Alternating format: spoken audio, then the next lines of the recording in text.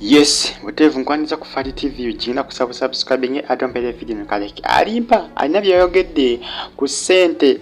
ezikwata kaba Sente gundi zazayogerako Hassan Nduuga. Ngina kuwangwa ka audio nawe okiwuleko oluvannyuma nkwongereyo bagita Fali TV ugi kankuwe audio nawe ogiwulireko.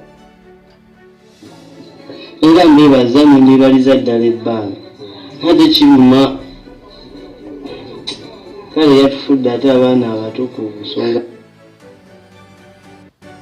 taasa nentaasa nentaasiza ddala kubeera singa tebaali bo twali tetugenda kubona era mbebaza ndibaliza ddala ebbanga ate kiruma kale yatufudde ate abaana abato ku nsonga bw'essente ezo era bwe ziba nga ssente zimukyankalanya mama fina agenda kujja wano lwaleero ngenda mubuuliramu akati omuntu adda naye siba ku 2 miliyoni z'essente mba ndaba ng'omunafu mba ndaba nga atali mugagga. Yes.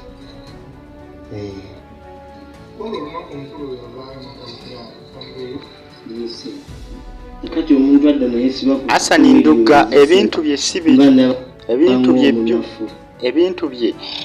bamutabukidde butabukiza ate kati g'amazima. Hassan Nduuga ekizibu ekiriwo Hassan Nduuga yasooka okwataakinga famire eno yasooka okujja ataakinga kati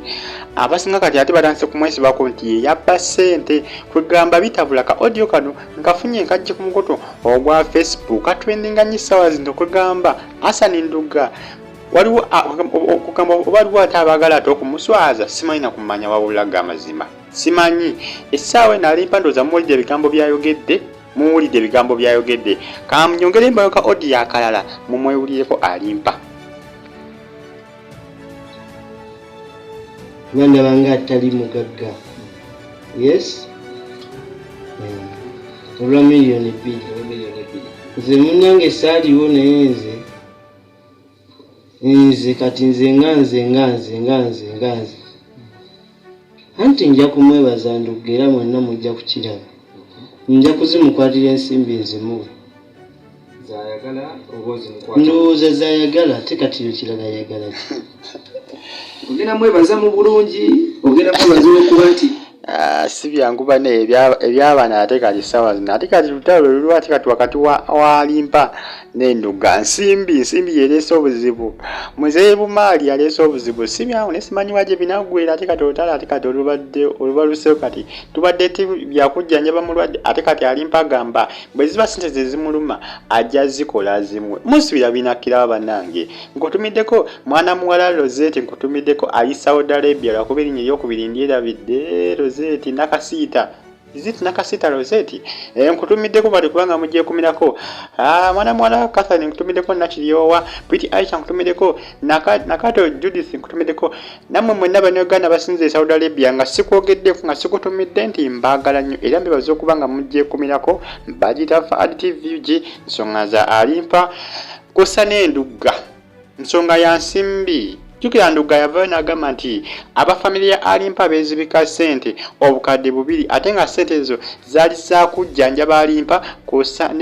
ne mwana mulenzi Rwagafaya kw'ossa ne muganda we naye ate abafamile ate ensimbi bazeezibika ye nga Nduuga bwe yagamba era asinzira ku lumbe olwa mwana muwala Lady Grace n'alumba famile ya Ronald Alimpa ng'agamba nti beeziza ssente bazeezibise ssente ezabadde ez'okujjanjaba abalwadde bonna nga siza Alimpa zokka.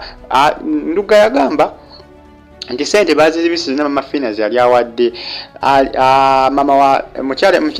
yali agamba nti mama wa Ronald Alimpa nti yazeezibika zonna ne bazeeza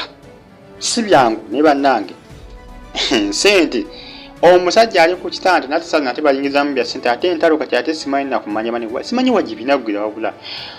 omusajja akyali mulwadde ate kati walingiddewo ate entalo zaki za ssente ayagala ssente obulungi mama wange oyo yanjigiriza oba waali oyo yangamba